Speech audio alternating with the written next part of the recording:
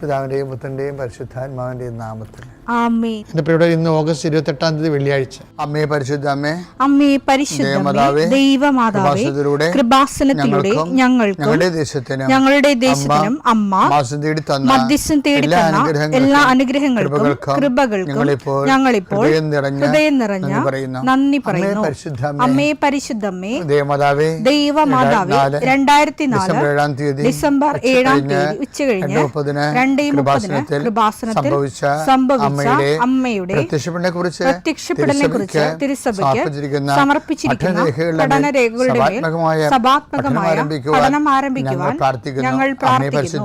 അമ്മേ പരിശുദ്ധമേ, ഭൂസ്വർലോകങ്ങളുടെ രാജ്ഞിയായ അങ്ങേയ്ക്ക് ഭൗമസംരക്ഷണത്തിനായി പ്രപഞ്ചപ്രകൃതിയെ തന്നെ തിരുസഭ പ്രതിഷ്ഠിക്കുവാൻ ഈ പ്രത്യക്ഷീകരണം വഴി ഇടയാക്കണമേ. പരിശുദ്ധമേ, ജപമാല മാതാവേ, സകല കൃപാസനം പ്രാർത്ഥനയോടും ചേർത്ത് ഞങ്ങളിപ്പോൾ പ്രാർത്ഥിക്കുന്ന ഈ കുടുംബത്തിന്റെ പ്രത്യേക നിയോഗം പറ മക്കളെ.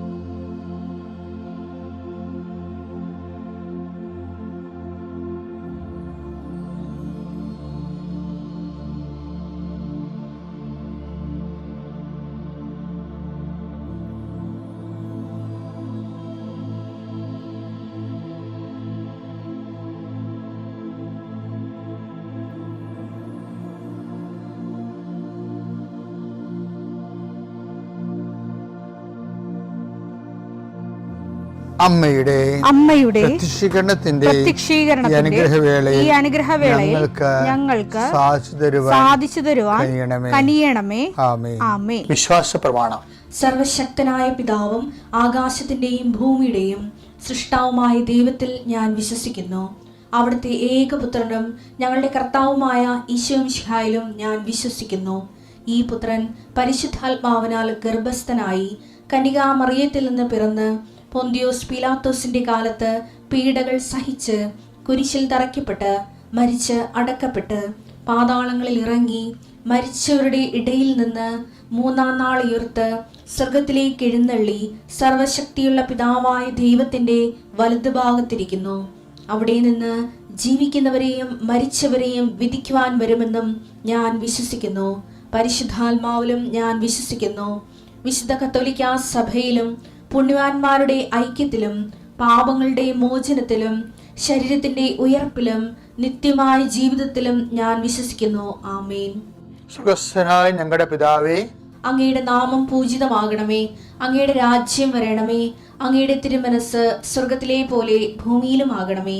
അന്നു വേണ്ടുന്ന ആഹാരം ഇന്ന് ഞങ്ങൾക്ക് തരണമേ. ഞങ്ങളോട് തെറ്റ് ചെയ്യുന്നവരോട് ഞങ്ങൾ ക്ഷമിക്കുന്നത് പോലെ ഞങ്ങളുടെ തെറ്റുകൾ ഞങ്ങളോടും ക്ഷമിക്കണമേ. ഞങ്ങളെ പ്രലോഭനത്തിൽ ഉൾപ്പെടുത്തരുതേ, തിന്മയിൽ ഞങ്ങൾ രക്ഷിക്കണമേ. ആമേൻ. നന്മ നിറഞ്ഞ മറിയമേ, സ്വസ്തി. കർത്താവ് അങ്ങയുടെ കൂടെ സ്ത്രീകളിൽ അങ്ങ് അനുഗ്രഹിക്കപ്പെട്ടവളാകുന്നു. അങ്ങയുടെ ഉദരത്തിൻ ഫലമായി ഈശോ അനുഗ്രഹിക്കപ്പെട്ടവനാകുന്നു. പരിശുദ്ധ മറിയമേ, തമ്പുരാന്റെ അമ്മേ, പാപികളായ ഞങ്ങൾക്ക് വേണ്ടി ഇപ്പോഴും ഞങ്ങളുടെ മരണസമയത്തും തമ്പുരാനോട് അപേക്ഷിക്കണമേ. ആമേൻ. കർത്താവിന്റെ ഉന്നതമായ നാമത്തിന് സ്വസ്ഥം ചെയ്യുന്നു. കർത്താവിന്റെ വിശുദ്ധ പൗരോഹിത്യത്തെ മഹത്വപ്പെടുത്തണമേ. കർത്താവെ, സഭയിലുള്ള സാന്നിധ്യം പ്രകടമാക്കണം. 40 വർഷം ഞാൻ അർപ്പിച്ച കൃപാന്റെ യോഗ്യതയെ കൃപാസ്ഥാനത്താരെ ജീവനോടെ പ്രത്യക്ഷപ്പെട്ട മാതാവിൻ്റെ മധ്യസ്ഥത ഇന്നത്തെ യാത്രകളെ അങ്ങയുടെ മക്കള് കൊതികോടുകൂടി ഈ പ്രാർത്ഥന പങ്കെടുക്കുന്ന മക്കളുണ്ട്.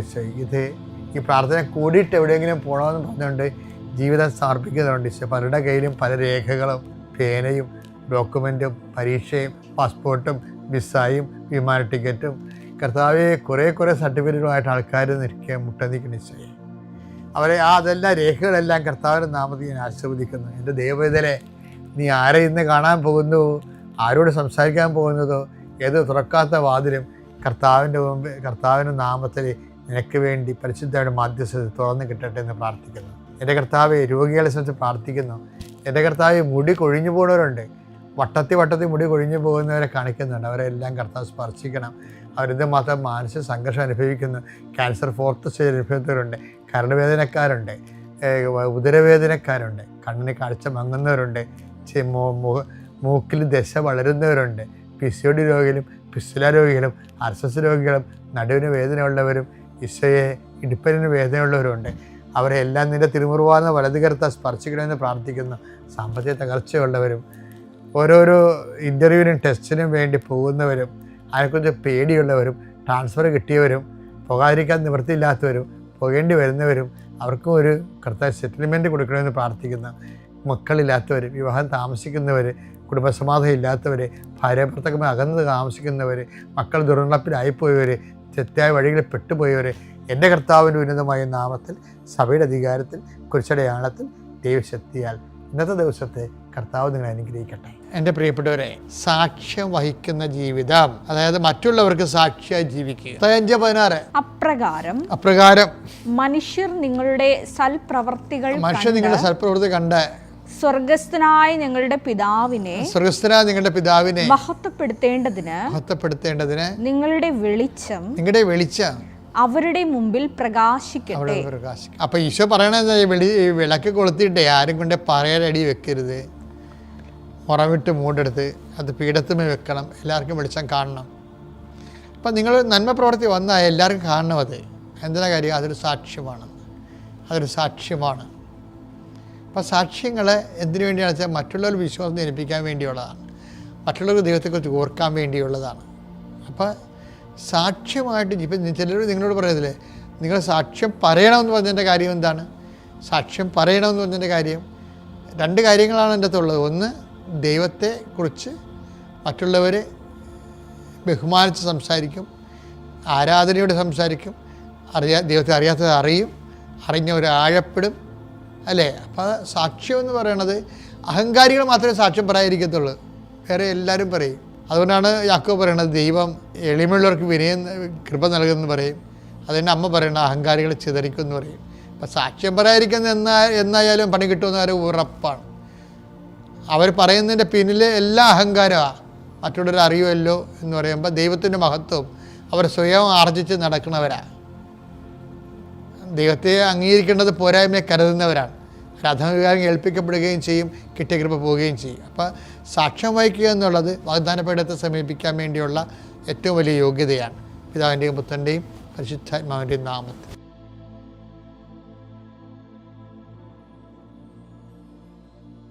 അത്യപൂർവ ദൈവാനുഭവങ്ങൾ ഇനി നിങ്ങൾക്കും സ്വന്തം. ഈ യൂട്യൂബ് ചാനൽ ഇതുവരെ സബ്സ്ക്രൈബ് ചെയ്തിട്ടില്ലെങ്കിൽ ഇപ്പോൾ തന്നെ സബ്സ്ക്രൈബ് ചെയ്യുക. ഈ വീഡിയോ ഇപ്പോൾ തന്നെ നിങ്ങളുടെ സുഹൃത്തുക്കൾക്ക് ഷെയർ ചെയ്തുകൊണ്ട് കർത്താവിൻ്റെ പ്രേക്ഷിതരാകുക.